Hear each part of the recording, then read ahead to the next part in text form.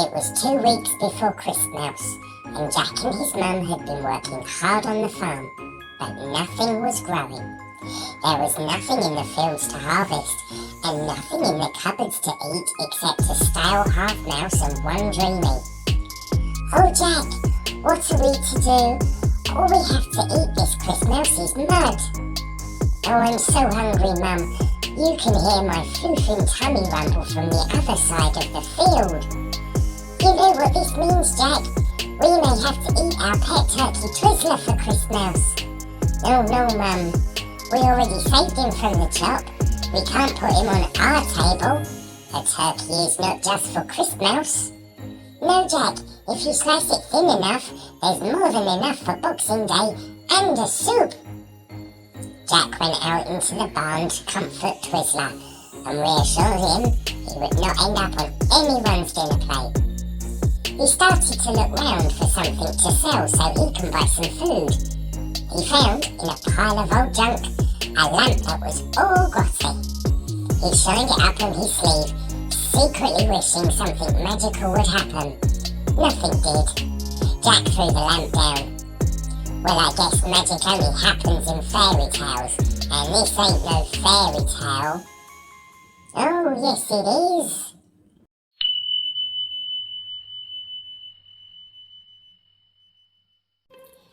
That night, Jack and his mum went to sleep in the cold and drafty little farmhouse, with barely enough food in their poor little tummies. "Oh, hiss." Jack woke up very early in the morning, but so very hungry. He knew he had a tough decision to make. His rumbling tummy made up his mind. "Mum, you were right. We have to eat Twizzler after all. I will go and get him." And Jack trundled off to the barn with sadness in his heart. But when Jack got to the barn, he couldn't believe his floofing eyes. There, nestled in the straw, was Twizzler, but not normal Twizzler. His feathers had turned into pure gold.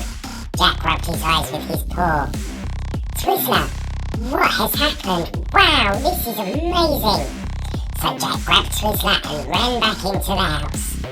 He got there to find that Mum was sitting with the evil landlord at the bare kitchen table. "But evil landlord, we have no money for food, let alone rent." "Well then, you will be evicted and become strange and roam the streets, searching for food. Bwahahaha." "Oh, hiss." "No, wait. Something amazing has happened and we can pay all our bills and buy enough dreamies and tidbits to last forever." The landlord looked at Twizzler and his brain went ka-ching. "Well, let me have a feather from this most amazing bird and we will say no more about the rent." He reached out a paw to grab a feather. His paw stuck firm. He couldn't let go no matter how hard he tried. After some time of everyone trying to help, Jack and the evil landlord agreed that they would need to get help from the big city. So off they went, Jack, Twizzler, the stuck evil landlord, and Mum worrying along beside them.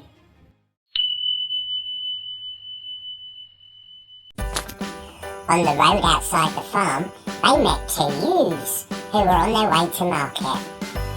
"Oh, a golden turkey! Look at the shiny feathers. Let me have a feather just to bosh around. I'd like one to chase them back too." They both reached out at the same time and they became immediately stuck. No matter how hard everyone tried, they couldn't get free. What a sorry state of affairs. They all had to carry on into the city to get help. On the way, they met several floofs who all tried to help and ended up stuck too. The crowd of stuck floofs was getting larger. It was also tiring walking miles in a big old group, so Jack decided they should have a nap, and everyone all piled in for a snoozy.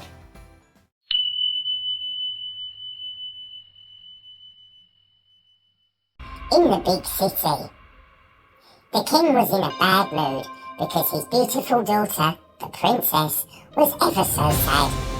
She never smiled, she never laughed, she certainly never purred.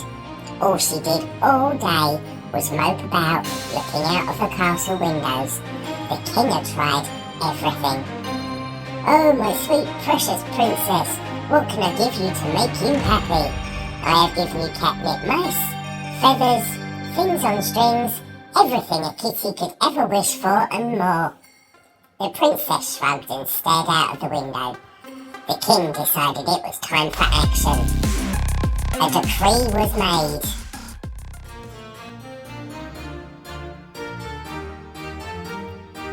"Go out across the land and declare that if any paw can raise a smile on my beautiful daughter's lovely fuzzy face, then they can have her paw in marriage. They will be declared prince and rule this castle when I go over the Rainbow Bridge." So the word got out and around and about, and soon there were flutes from all over, and they arrived by the busload.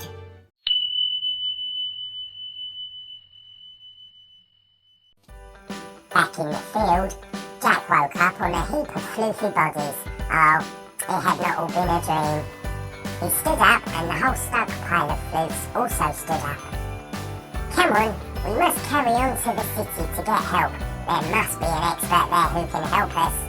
So Jack and the rabble headed into the city, scuffling and tripping, hissing and pawing at each other as they got more annoyed with each step.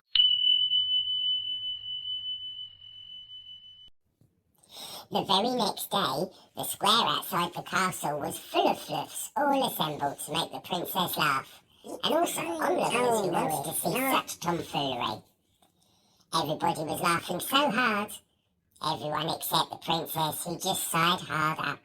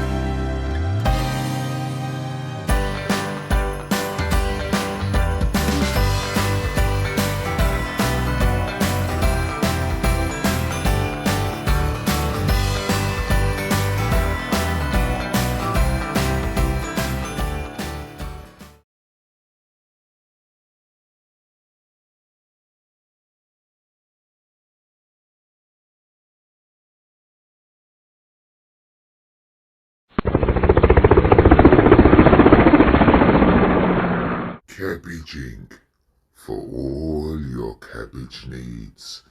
We got big cabbages, small cabbages, all the cabbages you could possibly want. Cabbages made by scientists with an ology. We got the cabbages. You want the cabbages? Buy more cabbages. Hedgewatch is the place to be. Hedgewatch is for you and for me. Hedgewatch for a nice cup of tea. Get yourself down to Hedgewatch.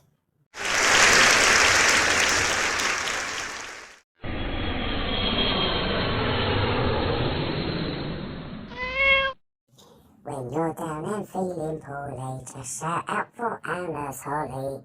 And be mobile. And be mobile.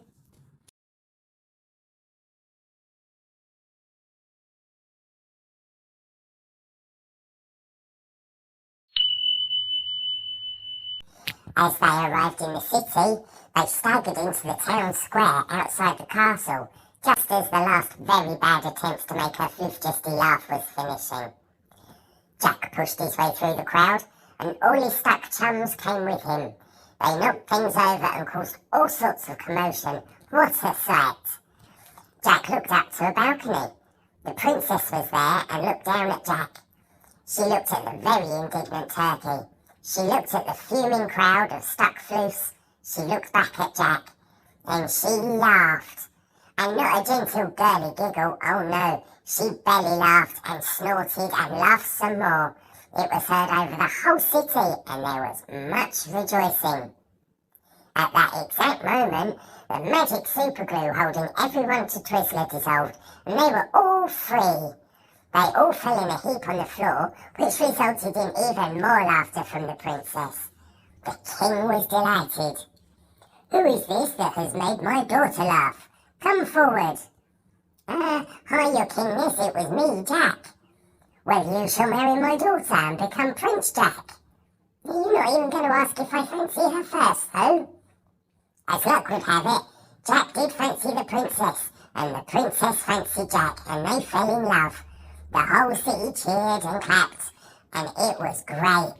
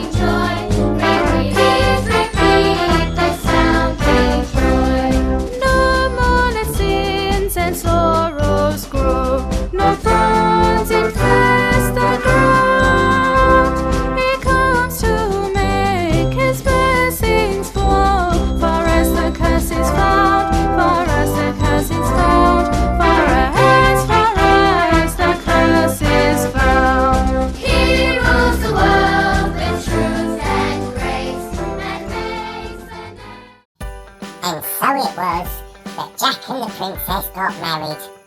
His mum moved into the castle and they never had to worry about food ever again. Twizzler was given a reprieve once more and given the freedom of the kingdom to roam and enjoy, and was the envy of all the turkeys for miles around. All that remains to say is they lived happily ever after.